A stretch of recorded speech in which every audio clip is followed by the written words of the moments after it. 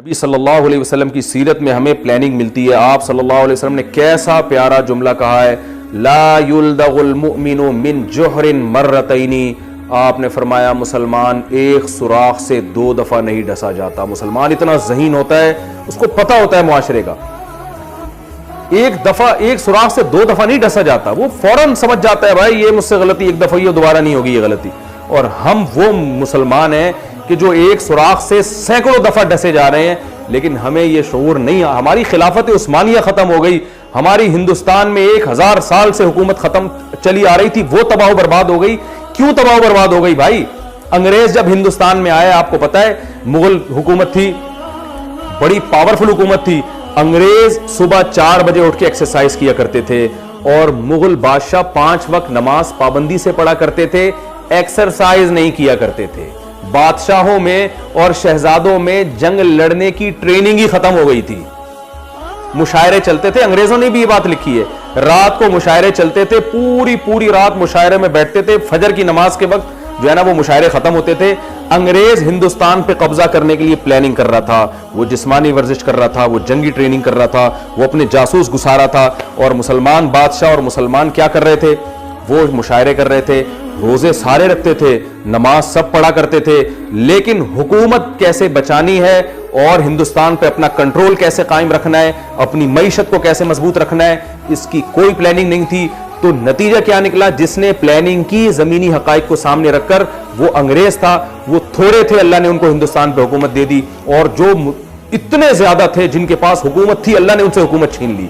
تو فطرت انتقام لیتی. ہماری خلافت عثمانیہ تباہ ہو گئی, بغداد کی حکومت تباہ ہو گئی, اور کتنی تباہی. اب ایک ملک ہمارے پاس بچا ہے پاکستان, اس کا بھی ہم واٹ لگانے کی کوشش میں لگے ہوئے ہیں.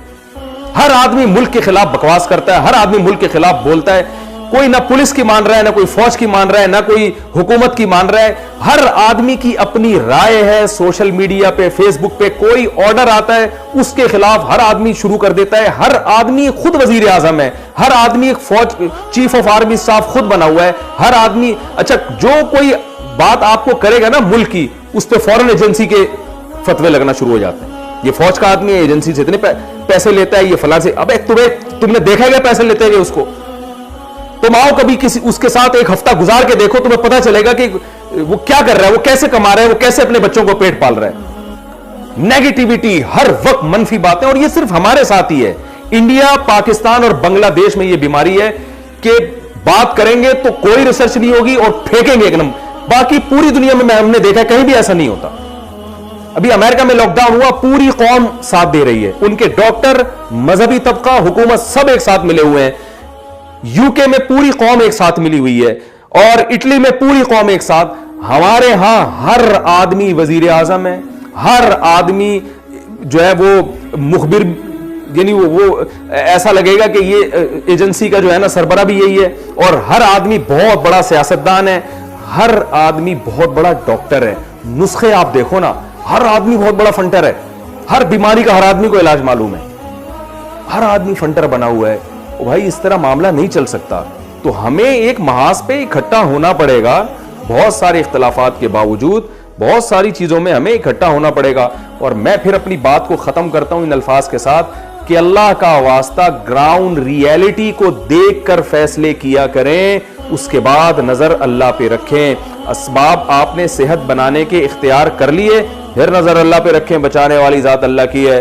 اگر اللہ کو مارنا ہوگا نا تو میں جتنا بھی سارا دن شہد اور زمزم بھی پیتا رہوں گا, پھر بھی مر جاؤں گا. نہیں مارنا ہوگا تو گٹکے کھا کے بھی اللہ زندہ رکھے گا. لیکن مجھے اللہ نے حکم دیا اسباب کا, گٹکوں سے اللہ نے مجھے روکا. میں گٹکے نہیں کھاؤں گا, میں پیوں گا شہد, میں گٹکے نہیں کھاؤں گا. شہد پی کے اللہ پہ توکل کروں گا میں. تو اسی طرح یاد رکھو انفرادی معاملات میں بھی ہے, جو چیزیں انسان کی انفرادی سطح پہ تباہی کا ذریعہ بنتی ہیں وہ ہے بے احتیاطی. تو بالکل اسی طرح سے جب کوئی قوم اجتماعی سطح پہ بے احتیاطی کرتی ہے تو اجتماعی سطح پہ تباہ ہو جاتی ہے. خلافت عثمانیہ بڑی پیاری خلافت تھی مسلمانوں کی, اجتماعی سطح پہ بے احتیاطیاں ہوئی. آپ کو پتا ہے خلافت عثمانیہ میں جب پریس لگنا, یورپ نے جب پریس لگایا تھا تو یورپ کی جو لٹریچر ہے پوری دنیا میں پھیل گیا. پریس سے کتاب چھپتی ہے چند گھنٹوں میں, اور مسلمان خطاط بیٹھ کے لکھ رہے ہوتے تھے. تو وہاں جناب یہ خلافت عثمانیہ نے جو خلیفہ تھا اس نے یہ فیصلہ کیا کہ میں بھی پریس لگاتا ہوں. بہت سے مذہبی جنونیوں نے کہا کہ نہیں, جب پریس میں یہ آیتیں چھپیں گی اور دینی وہ چھپے گا تو یہ کاغذ کی بے ادبی ہے.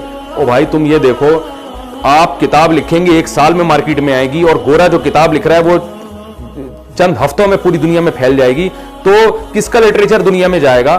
تو وہ تو گورے کی بات جائے گی نا دنیا میں, آپ کی تو بات دنیا میں سنے گا ہی نہیں کون. تو ذہن سازی گورے نے کر لی, اور جو ہے نا وہ اس پاور کو استعمال کر کے اس نے صحافت کی لائن سے پوری دنیا میں اپنے نظریات پھیلا دیے. اس نے جنگی بیڑا آ رہا تھا خلافت عثمانیہ کے لیے, اور اس کو خریدنے سے پہلے پتہ نہیں یہ مشورے ہو رہے تھے کہ اس پہ ختم بخاری کا دم ہونا چاہیے. بیٹھ کے نا پہلے یہ بحری بیڑا جب لگے گا نا یعنی مسلمانوں کے پاس آئے گا, ترکی پہنچے گا, تو اس سے پہلے جو ہے نا یہ جب تک نہیں پورٹ پہ لگنے دیں گے جب تک اس میں ختم بخاری کا ختم نہ ہو جائے.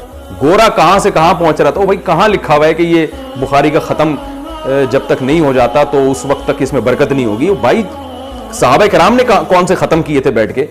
وہ تو اسلحہ لیتے تھے, میدان جنگ میں جا کے لڑتے تھے. جتنے اسباب ہو سکتے, منجنیق تو مسلمانوں نے ایجاد کیے جو توپ ہے.